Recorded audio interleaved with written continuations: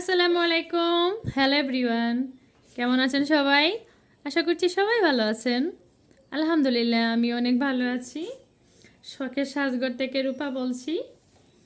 আজকে আপনাদের সাথে শেয়ার করব বাসার জন্য কিছু কেনাকাটা করেছি। আর বাসার জন্য আমি দুইটা ফার্নিচার নিয়েছি। আর কি ফার্নিচার নিয়েছি তা পরবর্তী ভিডিওতে দেখাবো। তো যা কিনেছি, একটা শোকেস কিনেছি। এই শোকেসটার জন্য এখানে প্লেট নিয়েছি। এটা ইটালিয়ানো প্লেট। এখানে দুইটা বক্স, আর দুইটা বক্সে তিনটা করে প্লেট। একটা বক্সে তিনটা করে প্লেট। এই তো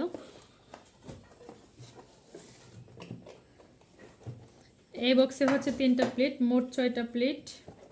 তো আমার শোকেসটা সাজানো হয়ে গেছে। তো কিছু বাকি ছিল, এজন্য 6টা প্লেট নিয়েছি। আরও কিছু জিনিস নিব। এই তো 6টা প্লেট।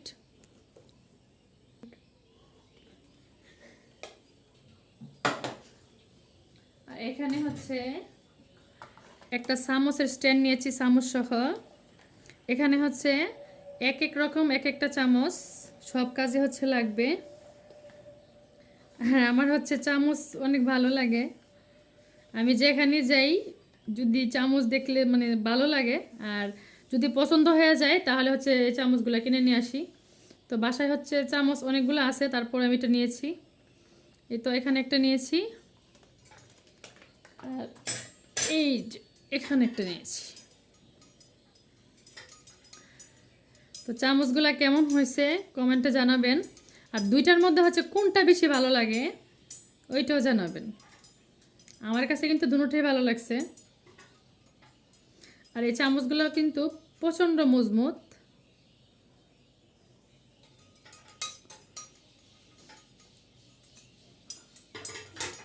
আর এখানে দুইটা কফি মগ নিয়েছি। তো বাসায় চা কফি বেশি খাওয়া হয়, এজন্য এই যে কফি মগ দুইটা।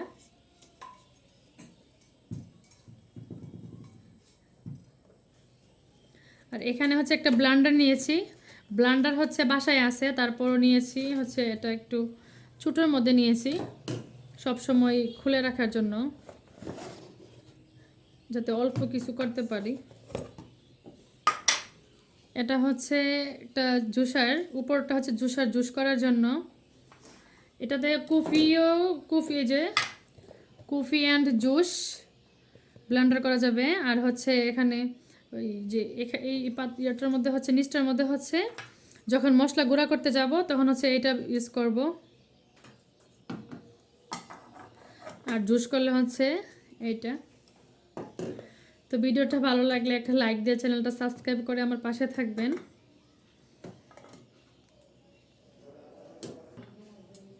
আর এখানে এই যে দুই রকম দুইটা চামচ। আর এখানে 4টা চামচ নিয়েছি, উল্টানি সিস্টেম। তারপরে যে ব্রাশ করার জন্য রুটিতে বা কোনো ডিম এগুলা ব্রাশ করার জন্য, বাটার লাগানোর জন্য এই ব্রাশটা।